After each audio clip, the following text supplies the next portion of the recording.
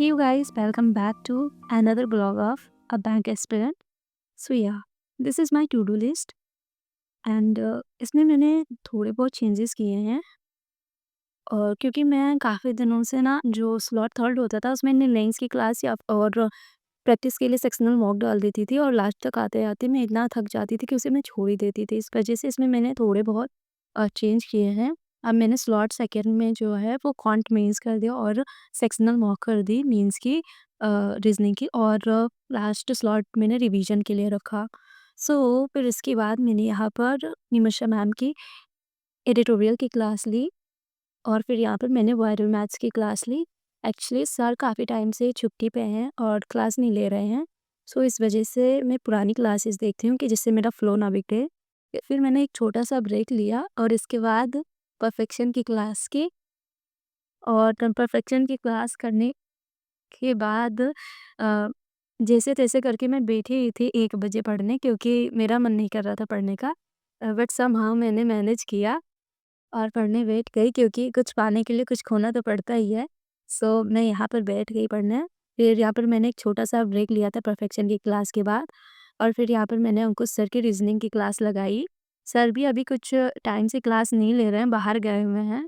सो इस वजह से मैं सर की पुरानी क्लासेस जो हैं वो देखती हूँ मेंस की और सर ने वाईटे पे काफ़ी सारी क्लासेस ली है मेंस की, इस वजह से मैं वही क्लास कर रही हूँ कंप्लीट। इसमें भी सर ने काफ़ी सारे टॉपिक कवर कराए थे मेंस से रिलेटेड। ये सब करते-करते मुझे ढाई बज गए थे। इस बीच मैंने एक ब्रेक लिया, उसके बाद फिर से 3 बजे मैं पढ़ने बैठ गई और यहाँ पर मैंने सोचा था कि मैं अब सेकंड स्लॉट में कौन पढ़ूँगी बट मेरे यहाँ इन्वर्टर डिस्चार्ज हो गया जिस वजह से मेरा वाईफ़ाई भी नहीं चल रहा था। तो इस वजह से मैंने यहाँ पर रिवीजन सेशन स्टार्ट किया और इसमें मैंने अपना रिवीजन किया। पहले तो मैंने वोकैब पढ़ा, फिर उसके बाद 120 रूल्स ऑफ ग्रामर स्टार्ट किया। फिर 120 रूल्स ऑफ ग्रामर करने के बाद मैंने यहाँ पर अपना बीए नोट्स रिवाइज़ किया और बीए में मैंने बैंकिंग अवेयरनेस के नोट्स पहले ही बना रखे हैं, अब मैं उसका रिवीजन करती हूँ। मैंने इसमें काफ़ी सारे टॉपिक पढ़ लिए हैं, जैसे कि history of bank in India and RBI के बारे में, history of RBI, subsidiaries of RBI. So आज मैंने मॉनेटरी पॉलिसी के बारे में पढ़ा था और यहाँ पे मैं आपसे 2 क्वेश्चन पूछूँगी। एक मॉनेटरी पॉलिसी किस ईयर में एस्टैब्लिश हुई थी? और सेकंड क्वेश्चन ये है कि कौन-सी कमिटी बनाई गई थी मॉनेटरी पॉलिसी के लिए? सो अगर आपको पता हो तो please let me do comment in the comment section और अगर नहीं पता है तो कमेंट करिएगा, मैं आपको बता दूँगी। और फिर इसके बाद मैंने यहाँ पर वोकैब प्रोडीजी रिवाइज़ की। यहाँ पर मैं अभी फ्रेज़ल वर्ब रिवाइज़ करती हूँ क्योंकि मैंने बताया ही था कि मेंस में काफ़ी ज़्यादा मुझे देखने को मिल रहे हैं फ्रेज़ल वर्ब। सो मैं सोच रही हूँ कि मैं डेली थोड़ा-थोड़ा रिवाइज़ करती हूँ। फिर इसके बाद मैंने यहाँ पर ब्रेक लिया था और फिर कॉन्ट चेकलिस्ट सॉल्व की सर की, आशीष अरोड़ा सर की।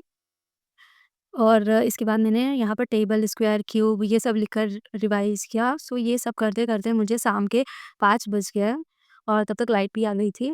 फिर इसके बाद मैंने एक छोटा-सा ब्रेक लिया था।